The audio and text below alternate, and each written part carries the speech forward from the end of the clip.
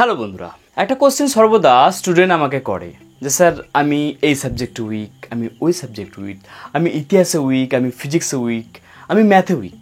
এটা একটা স্টুডেন্টরা নিজেদের উপর একটা আইডেন্টিটি তৈরি করে। ঠিক এরকমই এক ভুল আমি সর্বদাই করতাম যখন আমি স্টুডেন্ট ছিলাম।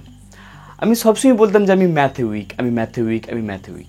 পরবর্তীকালে আমি জানতে পারলাম যখন আমরা বলি যে উইক উইক উইক, এই কথাটা না বলে যদি আমরা এটা বলি নিজেদেরকে যে হ্যাঁ আমি এই সাবজেক্টটা আমি বুঝতে পারছি না, আমি এই সাবজেক্টটার যে প্রসেস আমি পড়ছি বা যেটা জানতে পারছি স্কুল থেকে বা প্রাইভেট টিউশন থেকে, সেটা আমার কাছে বোধগম্য হচ্ছে না। আমরা যদি একটা রাস্তা থেকে সমাধান না খুঁজে পাই, আমরা অন্য রাস্তায় অ্যাপ্লাই করতে পারি।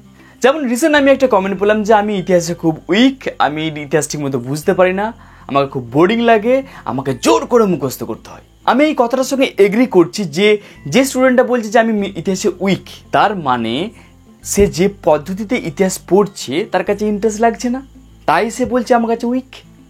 আমরা যদি অন্য রাস্তা খুঁজি, অন্য ওয়ে খুঁজি ইতিহাসকে পড়ার জন্য, তাহলে হতে পারে যে ওই রাস্তাটা আমার কাছে খুব ভালো লাগছে, আমি তখন ইতিহাসকে নিয়ে এনজয় করছি। আজকের ভিডিওতে তাই ইতিহাস, ভূগোল, বাংলা, এই যে আর্টস রিলেটেড যে সাবজেক্টগুলো আছে, এই সাবজেক্টগুলোকে আমরা মাইন্ড ম্যাপিং টেকনিকের সাহায্যে পড়ার চেষ্টা করব। আজকে যেটা করছি, আমি ক্লাস 8ম শ্রেণীর ইতিহাসের একটা চ্যাপ্টারকে আমরা প্র্যাকটিক্যালি দেখব যে কীভাবে আমরা মাইন্ড ম্যাপিং টেকনিককে অ্যাপ্লাই করতে পারি।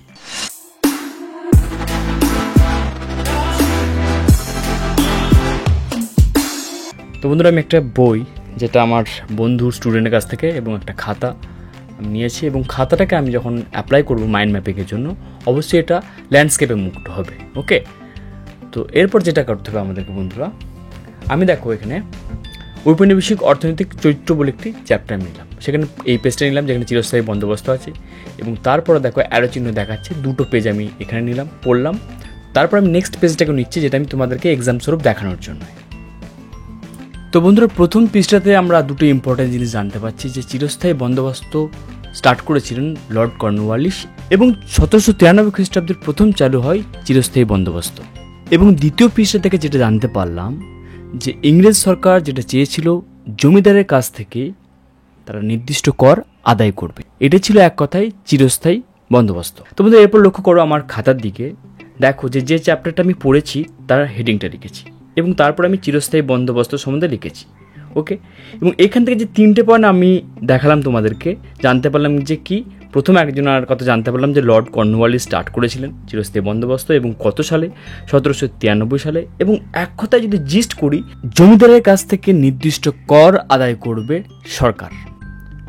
তো বন্ধুরা, নেক্সট পেজে আমরা যেটা জানতে পারছি রাউতারি বন্দোবস্ত আর হচ্ছে মহলওয়ারি বন্দোবস্ত। রাউতারি বন্দোবস্তের দুটো ইম্পর্টেন্ট জিনিস আমরা জানতে পারছি। দক্ষিণ ও দক্ষিণ পশ্চিম ভারতে প্রথম স্টার্ট করে এই রাউতারি বন্দোবস্ত, এবং এখানে যে প্রথাটা ছিল যে কৃষকের কাছ থেকে সরাসরি কর আদায় করবে ইংরেজ সরকার। মহলওয়ারি ব্যবস্থাতে যেটা আমরা ইম্পর্টেন্ট দুটো জিনিস জানতে পারছি, এটা ইংরেজ সরকার স্টার্ট করেছিল উত্তর ও উত্তর পশ্চিম ভারতে। এখানে যে সিস্টেমটা ছিল বন্ধুরা, রাজস্ব আদায় মহলের জমিদারের কাছ থেকে চুক্তি হয়েছিল। তো বন্ধুরা, এরপর যখন তোমরা নেক্সট পেজ দুটো পড়বে, তো সেই অনুযায়ী তোমাদের মতো করে তোমরা সেট করো। তারপর যখন আর দুটো পেজ পড়বে, তারপর তৈরি করো ব্রাঞ্চেস তৈরি করো। তো বন্ধুরা, যখন তোমরা এইরকমভাবে গোটা চ্যাপ্টারটাকে একটা ইমেজ দ্বারা, একটা ডায়াগ্রাম দ্বারা তৈরি করে নিতে পারবে, নেক্সট যখন তোমরা পড়তে যাবে এনি আর্ট সাবজেক্ট, পরবর্তীকালে যখন তোমরা রিভিশন দিতে যাবে, তখন এই পৃষ্ঠাটা দেখলেই তোমার গোটা চ্যাপ্টারটার আইডিয়া হয়ে যাবে, সহজেই তোমরা মনে রাখতে পারবে, বুঝতে পারবে, এনজয় করতে পারবে। তো বন্ধুরা, এটাই হচ্ছে মাইন্ড ম্যাপিং টেকনিক। এই টেকনিকটা তোমরা সহজেই অ্যাপ্লাই করতে পারো যে কোনো আর্ট সাবজেক্টে, এমনকি বায়োলজি এবং ফিজিক্যাল সায়েন্সেও তোমরা অ্যাপ্লাই করতে পারো মাইন্ড ম্যাপিং টেকনিক। তো বন্ধুরা, খুব হার্ডওয়ার্ক করে এই ভিডিওটা বানাচ্ছি। যদি তোমাদের ভিডিওটা কাজে লাগে অবশ্যই শেয়ার করো বন্ধুর সাথে। আমি এক্সপেক্ট করছি এই ভিডিওটা 100টা লাইক চাই বন্ধুরা, এবং তোমরা যত বেশি লাইক এবং কমেন্ট করবে আমি আরও বেশি উৎসাহ পাবো এরকম ভিডিও বানাতে। Thank you very much. পরের ভিডিওতে আবার দেখা হবে।